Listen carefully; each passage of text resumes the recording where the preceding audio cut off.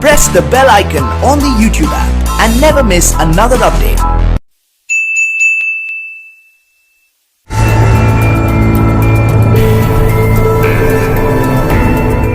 सियासत में दबंगई हो या दबंगई से सियासत, भदरी नरेश रघुराज प्रताप सिंह उर्फ राजा भैया की यही पहचान है। विवादों के इस राजा का नाम तो वैसे रघुराज प्रताप सिंह है, लेकिन कोई राजा भैया के नाम से पुकारता है तो कोई तूफान सिंह के नाम से।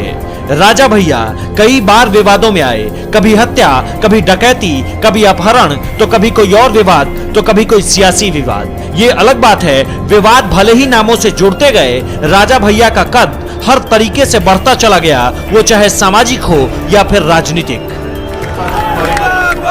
निर्विरोध चुनाव लड़ना, उसमें जीत लेना और फिर राज्य सरकार में मंत्री बन जाने की उनकी सियासी कला दरअसल एक किस्म की राजनीतिक दबंगई का नाम है।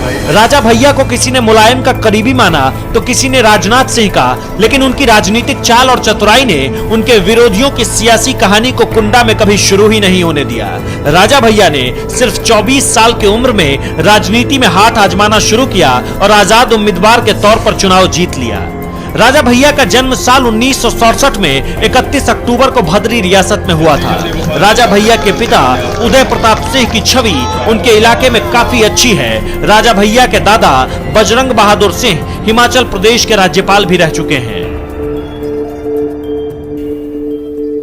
यूपी के इलाहाबाद के आसपास के कई जिलों में राजा भैया राजनीति की एक धुरी बन चुके हैं। साल 1993 में राजनीति में राजा भैया ने कदम रखा, पहली बार इसी साल में विधायक बने। इसके बाद से आज तक इलाके के लोगों ने सिर्फ राजा भैया को ही जीत दिलवाई है, विरोधी चुनावों में सिर्फ हार जाते हैं। राजा भैया से पहले कांग्रेस से साल 1962 से लेकर 1989 तक कांग्रेस के नियाज हसन जीतते थे, लेकिन 1993 के बाद कहानी ही बदल गई। समझ लीजिए कि एक निर्दलीय विधायक को 1993 और 1996 में बीजेपी ने परोक्ष रूप से सपोर्ट किया। 2002, 2007 और 2012 में समाजवादी पार्टी ने समर्थन दिया। घुड़सवारी के शौकीन राजा भैया एक बार घोड़े से गिर गए, 2 पसलियां टूट गई। खाली वक्त में कुंडा की सड़कों पर बुलेट दौड़ाना, जिप्सी के साथ ही हेलीकॉप्टर की सवारी करना राजा भैया को खूब पसंद है। उनके पास करीब 200 करोड़ से ज्यादा की चल और अचल संपत्ति बताई जाती है, जिसमें पैतृक संपत्ति भी शामिल है। साल 1996 में कल्याण सिंह राजा भैया के गढ़ में पहुंचे थे। बहुत नाराज थे, कुंडा में हुंकार भरी थी, गुंडा विहीन कुंडा करो, ध्वज उठाए 2 हाथ। साल भर बाद राजा भैया कल्याण सिंह की सरकार में मंत्री बन गए, फिर रामप्रकाश गुप्ता और राजनाथ सिंह की सरकार में भी मंत्री रहे। इस बीच 1997 में पोटा के तहत जेल जाना पड़ा, पर भारत के जनतंत्र के चारों स्तंभ राजा भैया से प्यार करते थे, वो जेल से एक दिन में छूट गए। साल 2002 में राजा भैया को मायावती ने जेल भेजा। राजा भैया के साथ ही उनके पिता उदय प्रताप सिंह और चचेरे भाई अक्षय प्रताप सिंह पर किडनैपिंग और धोखाधड़ी के आरोप लगे थे। हुआ यह था कि बीजेपी के विधायक पूरन सिंह बुंदेला ने 2002 में उनके खिलाफ किडनैपिंग का केस लगाया। तभी पोटा के तहत गिरफ्तारी हुई। जिस समय वो जेल में थे तब उनकी पत्नी प्रेग्नेंट थी। उन्हें अकेले छोड़कर उन्हें जेल जाना पड़ा। उनके जेल में रहने के दौरान ही उनकी पत्नी ने 2 बच्चों को जन्म दिया। 2003 में मुलायम सिंह की सरकार के आने के बाद उन पर लगाए गए सारे आरोपों को हटा लिया गया था, वे रिहा हो गए थे।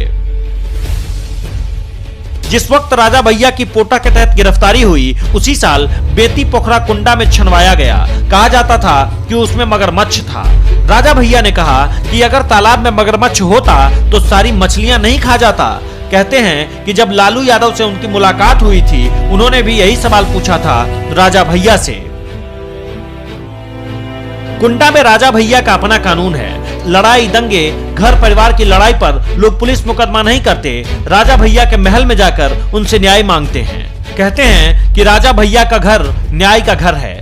राजा भैया के राजनीतिक सफर के साथ ही बताते हैं कि उनके पिता कभी उनके लिए वोट नहीं मांगते। साथ ही साथ ये भी कहा जाता है कि वो कभी वोट देने भी नहीं जाते हैं। सियासत में राजा भैया अभी लंबी पारी खेलने के मूड में हैं। खुद को लगभग हर पार्टी के साथ बैठा लेने वाले राजा भैया कई बार मुश्किल में पड़ने के बावजूद यूपी की राजनीति में किसी न किसी तरह से अपनी जगह बना ही लेते हैं। इसीलिए कई दफे इस्तीफा होने के बाद भी उनके राजनीतिक करियर के अंत होने का कयास अभी तक किसी ने नहीं लगाए हैं।